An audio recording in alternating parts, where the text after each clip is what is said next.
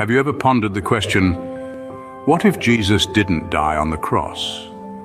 This query leads us to the intriguing swoon hypothesis, an idea that suggests Jesus didn't die on the cross but merely fell unconscious, only to revive later in the tomb.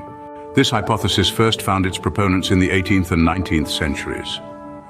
Notable figures such as Carl Friedrich Barth and Carl Venturini were early advocates of this idea.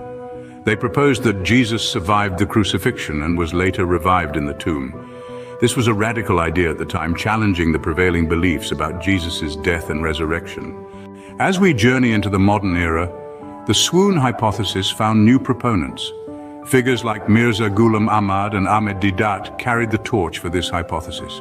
They continued to argue that Jesus didn't die on the cross, but was merely unconscious, reviving later in the tomb. However, this hypothesis has not been without its critics.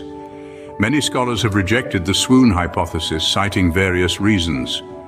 One prominent argument against the hypothesis points to the short duration Jesus spent on the cross.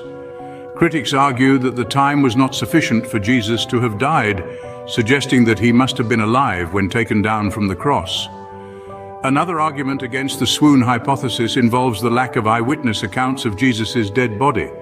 Critics point out that there are no records of anyone having seen Jesus' body after the crucifixion, casting doubt on the claim that he was merely unconscious and not dead. The Jewish burial practices of the time also provide evidence against the swoon hypothesis. Critics argue that these practices, which involved wrapping the body tightly in burial cloths and placing it in a sealed tomb, would have made survival and revival highly unlikely. In conclusion, the swoon hypothesis presents a fascinating alternative narrative to the traditional belief that Jesus died on the cross. It suggests that Jesus was merely unconscious and later revived in the tomb.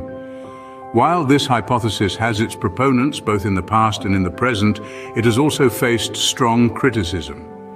Critics cite the short duration of Jesus on the cross, the lack of eyewitness accounts of Jesus' dead body, and Jewish burial practices as evidence against the hypothesis. Whether you subscribe to this hypothesis or not, it certainly provides ample food for thought.